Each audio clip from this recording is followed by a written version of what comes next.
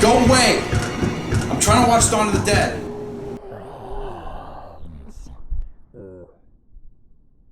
Can we watch too? You promise not to bite me?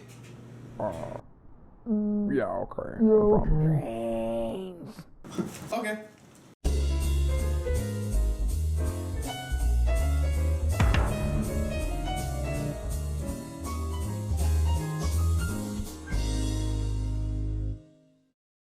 Welcome back, everybody, to another My Honest Opinion, and today we'll be talking about Dawn of the Dead, the 2004 one, the remake one. The synopsis for this. When her husband is attacked by a zombified neighbor, Anna, Sarah Polly, or Polly, manages to escape, only to realize her entire Milwaukee neighborhood has been overrun by the Walking Dead. After being questioned by cautious policeman Kenneth, Ving Rhames, Anna joins him in a small group that gravitates to the local shopping mall as a bastion of safety. Once they convince suspicious security guards that they are not contaminated, the group bands together to fight the undead hordes. Knowing this movie is also kind of like a remake slash reboot, but more of a remake to the original Dawn of the Dead, I believe. I actually haven't seen the original yet. I'll add it to my list of movies to watch. From what I've heard, this isn't too bad, if not a pretty good remake of the original. Now, by not seeing the first one, I understand that there's probably a lot of things I don't catch, or maybe there's some similarities between the two that I probably would have noticed, or something where it's like, oh, here's an homage,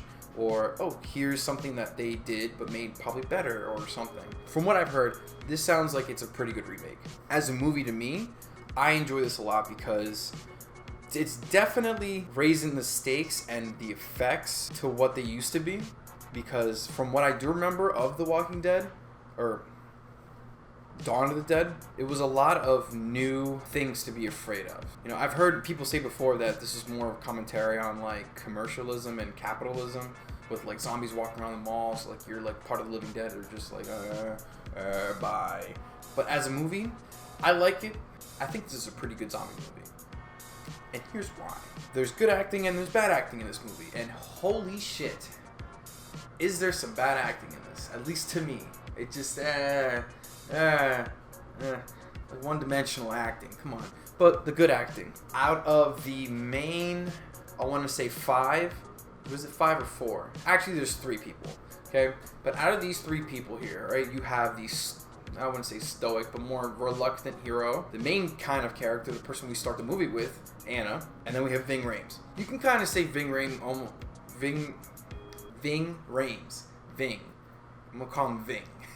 That's a fucking hard name to say. You could say that Ving Rhames kind of plays the same character, if not kind of close to the same guy in a lot of movies. Like, I know in Mission Impossible, he's a lot more comedic. He's a lot more, like, he's the big guy, but he's also has, like, a big heart type of character. In this, he's more of, like, he's still kind of, he carries that, a lot of the same feelings in a lot of different movies. I'll give him that. But in this movie, he's kind of like a surrogate for everyone with common sense. He's cautious. He's like, all right, let me take a minute. Who the hell are you? Back up. Let me ask you some questions first before you come closer. And it's also a good thing. It's a plus that he's a cop too, because you know he has this level of on the moment like critical thinking. So it definitely helps him out. He's like, all right, I gotta think. I have to decide. How do I proceed with what's going on here? You know? But he's not completely devoid of humanity. You know, he's compassionate to certain things, aggressive with other things, and he's also very comedic with other things too. But when it comes to like his character in the movie, I feel like Ving Rhames gets a good spot as probably the best, just because when it comes to good acting, it's not only just your favorite actor, but it's also the character too. And the Ving Rhames character, Ken, you know, you could feel for. Guy down on his luck, trying to find his family, caught in the middle of shit. Caught in the middle of a lot of shit. So now we ask the question, okay, well then, if Ving Rhames is the best to you, who would be the worst? Yo, I had to really consider this more than I did in my Spider-Man video. I had to really think about this. Like, okay, worst characters. These are the people that you either lament or you just think and you're like, damn, you suck.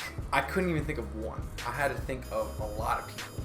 And a lot of these people all were just pretty much one-dimensional characters. It's literally almost everyone besides the main 3.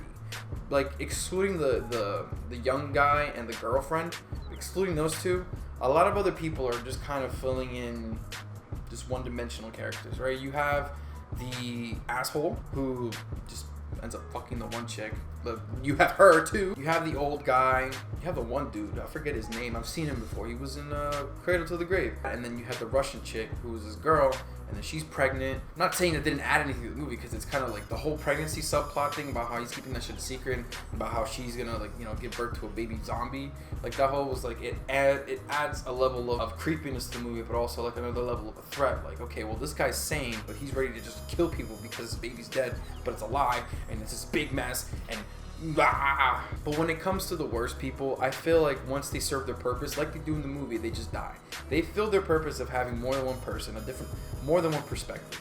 Okay, that's one of the best things I could say about it, is that they all have a different perspective in this movie. You know, you get to see it from this asshole's point of view, or this unintelligible person's point of view, or some shit.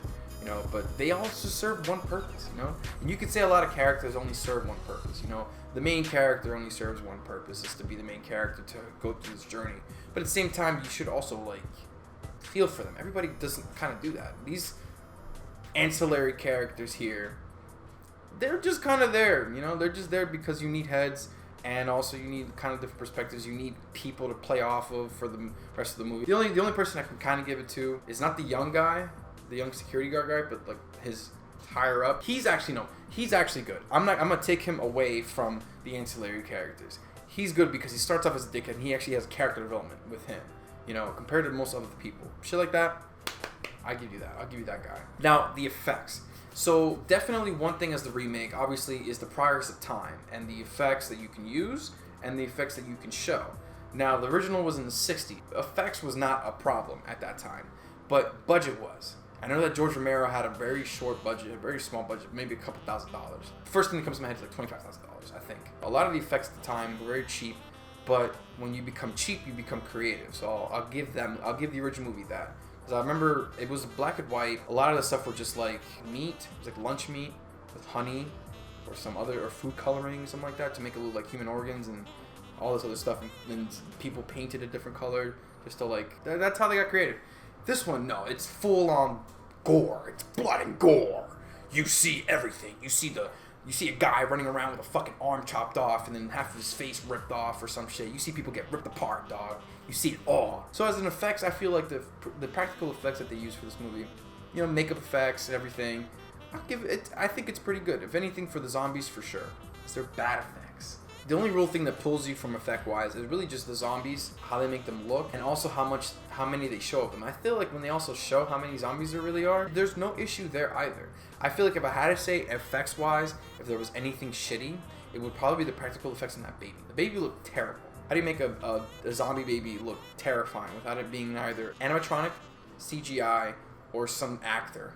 I wish it was an actor. That would have been funny. You can't. If I had to nitpick something, it would definitely have to be the baby as one of the shittiest effects I've kind of seen. It was just like practical effects. I'll give you that. Practical effects done right can always usually beat CGI, but then CGI done right, you won't have to touch practical effects. Baby sucked. One thing I did want to mention as well, though, as a movie, this is more of an action movie with horror elements, I feel like, because only in the real beginning, when things are getting confusing and gritty and shit's wild, bro, you're kind of plopped in their movie with her. Okay, you're like lost, you're confused just as she is, and then it's like, here's this character you're familiar with.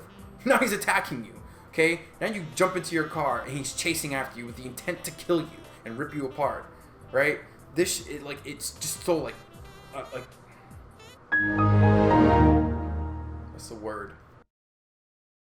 Like the real beginning of the movie is really horror centric. You have the visuals of the TV, of the intro actually, of the movie, to help put you in a position where like a lot of this shit is going down. This is fucking crazy. And then you have her driving around looking at the bus, people getting ripped apart and shit. And you're like, whoa, this is crazy. But once it gets to the point where they get to the mall, it's more or less just like, okay, well here's kind of like an action movie with horror elements sprinkled on it. Like, okay, well there's a creepy sound right over there. Let's slowly approach it with the sound so meticulously placed, and suddenly something happens. But then after that you go pa-pa, pa-pa, pa-pa, people getting hit, pa-pa, drowning the zombie, pa-pa-pa. Like, it gets into action mode. With zombie movies, you can't really do too much horror, but at the same time, yes, you fucking can. Have you seen Record? Or the American lower version of it, Quarantine? Basically, though, you could do horror movies with zombies, right? They're not specifically called zombies though, but those are other movies to talk about at another time.